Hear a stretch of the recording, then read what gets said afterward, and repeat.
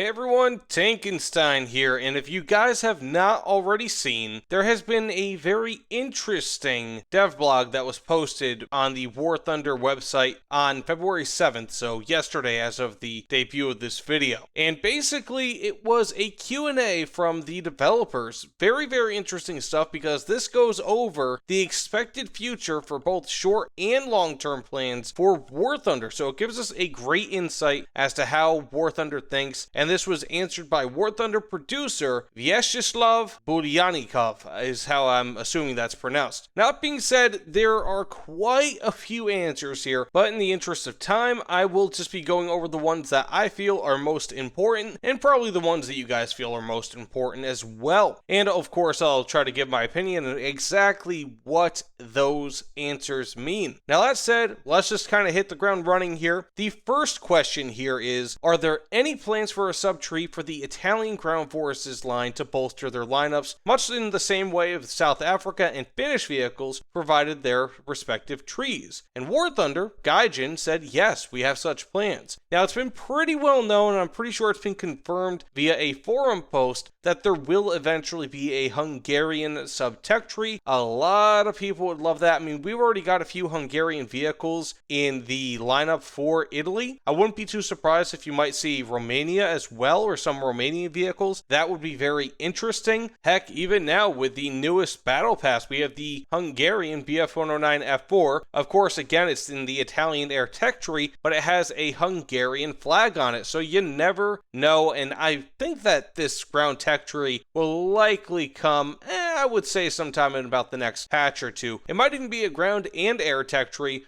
kind of like what we saw with Finland in the Swedish tech tree, so that'd be very, very interesting. And just so you know, these initial batch of questions will be ground forces, followed up by aviation, and then some miscellaneous ones thereafter. Just real briefly, the second question is just asking if there will be ground crew voices that are differentiated, kind of like how they did with naval forces in this most recent update. And Gaijin said yes, we are already working on it, so I would expect such a thing to come in the next update or two. Now, more interestingly, and this kind of goes with the sub-tech tree idea with Italy, but a little bit less sub-tech tree and a little bit more just a whole class of vehicles, is that with the British Ground Forces tech tree, it says, some years ago, it was mentioned that more British light tanks were under consideration. Are there any plans for many of their most famous, such as the Saladin, Scorpion, FE-721 Fox, FE-432/430, the Farrier, and several Warrior variants that currently have not found their way to the game? Is there potential for a whole light tank baseline?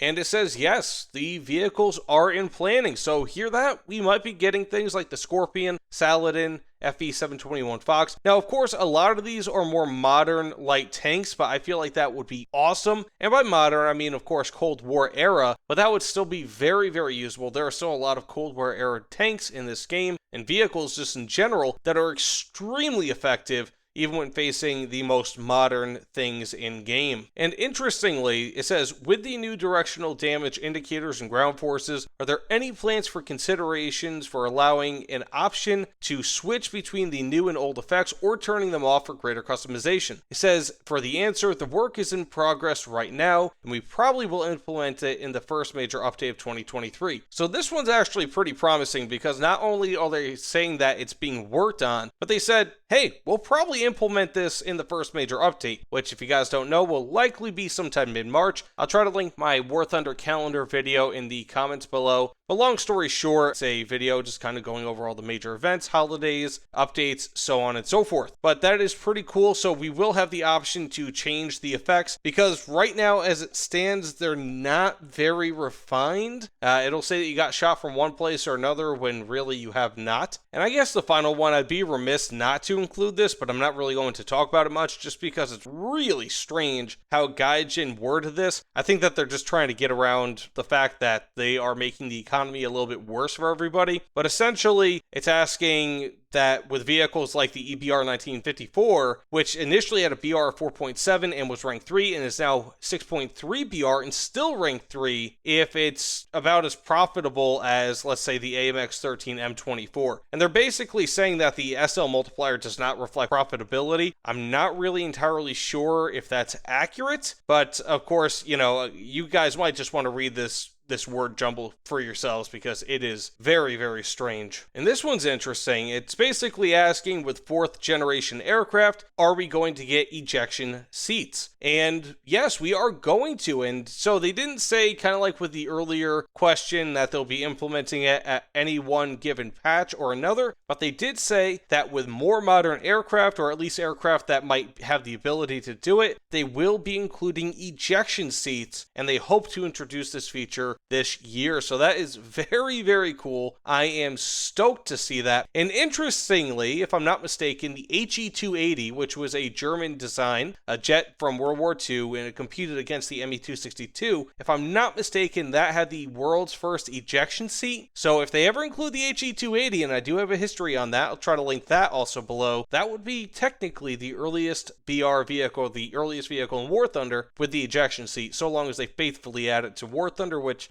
we never know. In my opinion, this next question is one of the more interesting ones. Basically, it just says, with complex countermeasure systems that contain multiple different types of countermeasures at once, such as the BOS pod being introduced on the Tornado, will we see a rework to the countermeasure system that allows the pod to carry both flare and chaff, or different types at the same time? And also, will we have MAWS functionality in game? MAWS, if you do not know, is Missile Approach Warning System. And basically, the person who asked this question is saying that on helicopters we have that. If you guys know, with more modern helicopters, you'll see it where the screen will flash. Oftentimes, it'll just automatically deploy countermeasures. And planes like the Mirage 2000 and Harrier GR7, which are already in game, pretty much the way that they're saying it is, will we have it where you will be warned if there's a missile on your tail? And Gaijin is saying that right now it's just too complex, at least for the first part, in order to provide a system where you have a totally new countermeasure system, so they're just going to keep what they currently have. And secondly, with the MAWS system, they said, and I quote, because this is pretty interesting, MAWS systems are not universal. They use infrared sensors mainly to detect SAM launches, in contrast to ultraviolet sensors used, for example, in modern helicopters. So basically, they're saying that planes use infrared as opposed to ultraviolet that helicopters use. The implementation of this system is in the plans, so they plan on giving us something similar to what helicopters use, the MAWS again, but it's too early to talk about the release dates now. So it seems like this is in the very early stages. I remember, what was it, last year when custom loadouts were first introduced, they were talking about that, if I'm not mistaken, for a few months or a few weeks, and then they said it would come with an update, and it took them about another month or two to actually implement. So a lot of these things, they really talk up a lot of the time well before it's ready for release, and even once this is ready for release, I'm not expecting it to be smooth, but it's a really, really cool thing that we might be getting a MAWS sort of system in War Thunder for planes. I'm pretty stoked about that. This next one's quick, so it's the only reason why I'm going to mention it. It says, Japan is one of the nations that lacks top-tier SAM and close air support aircraft. Any plans to fill these gaps with domestic vehicles or by adding any kind of subtree, say South Korean? And then the answer is, in fact, Japan doesn't possess modern ground strike jets, but this year we plan to add multi-purpose aviation, capable of dealing with ground targets. F-15, anyone?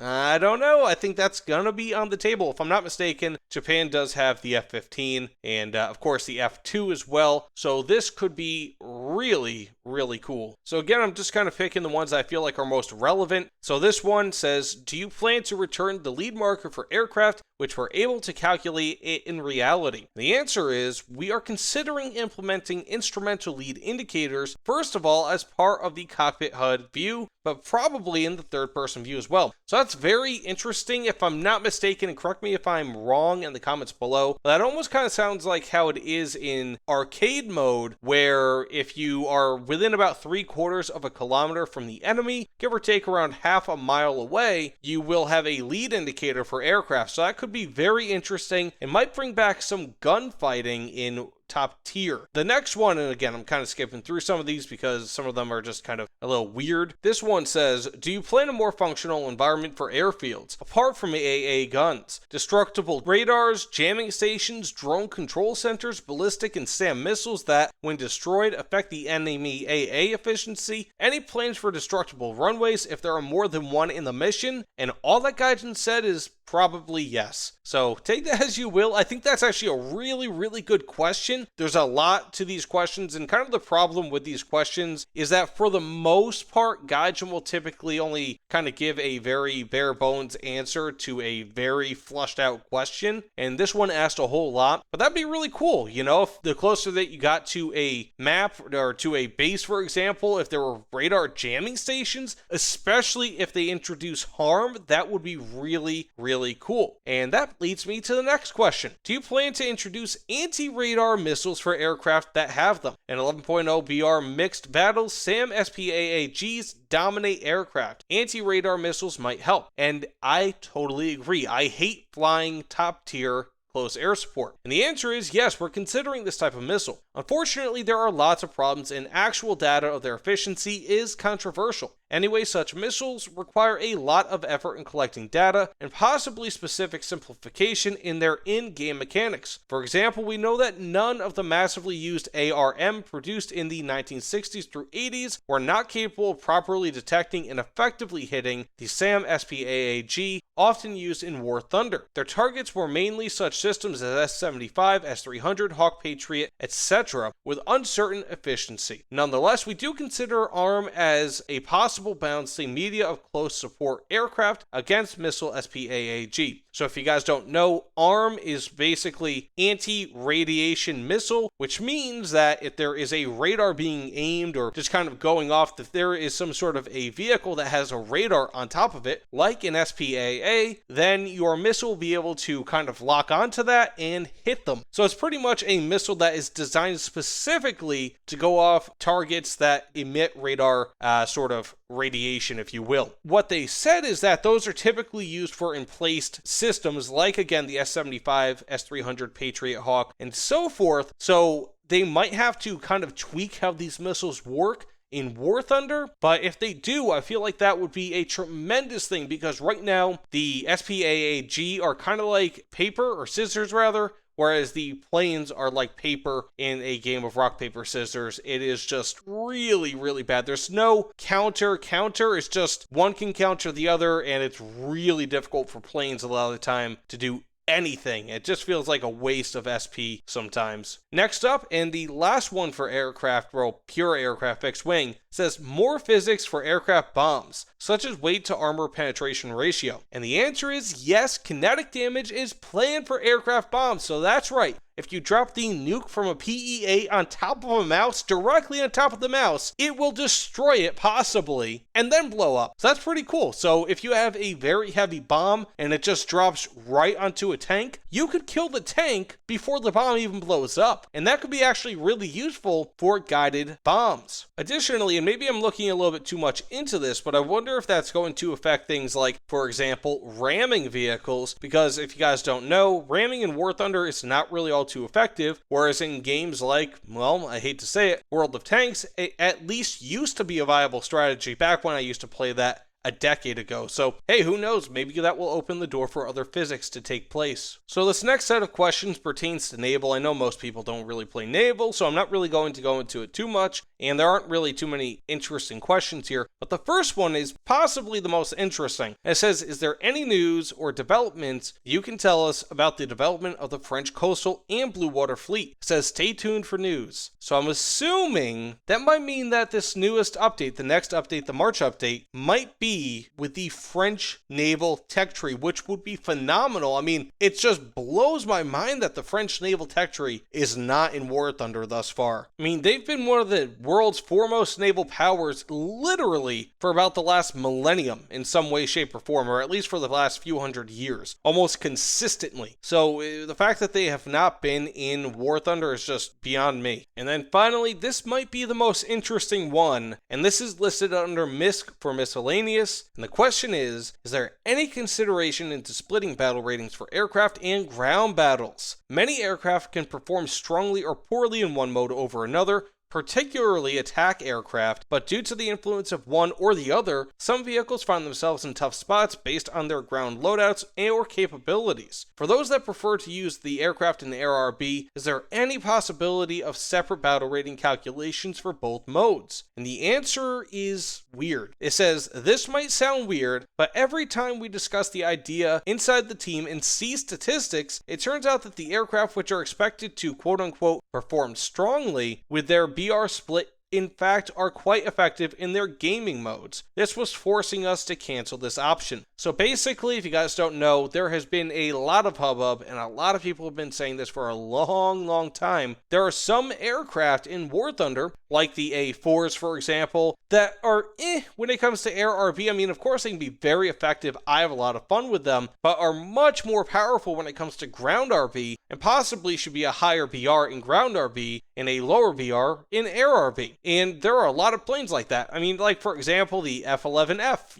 just to kind of throw a really random one out there. That one is better in air RB than it would be in ground RB. I mean, one could argue that that thing really shouldn't even be playing in ground RB if you have it, but hey, whatever. But regardless, there are so many planes that are so much more effective in one game mode or another, and Gaijin is basically saying that at least per their testing, trust us guys, that sort of thing, that they don't really see a reason to do it because statistics that they have, and maybe they'll share them one day, prove that maybe they don't need to split RBs or BRs rather for certain vehicles depending on the game mode that they have. So I don't know. I mean, basically what this says is that we might never get a system where, again, just using an A4 for example, where an 8.7 BR A4 Skyhawk might then be 9.3 or 9.7 in ground RB. So we might not see a world where that happens. So that's a pretty big deal. And again, like I said, that might be the best for last. So with that said, let me know what you guys thought in the comments below. Typically, I do not like to make videos nearly this long, but I felt like it was pretty interesting. Some of these questions and answers were really good. And I'll give Gaijin a lot of credit. Do a lot more of this if you are watching, because that would go a long way towards making the community happy. Communities in gaming love transparency when it comes to the development and the future of the game. But either way, again, thanks so much guys for watching. Please, of course, consider liking, commenting, subscribing, and I will see you all on the other side. Take care, everyone.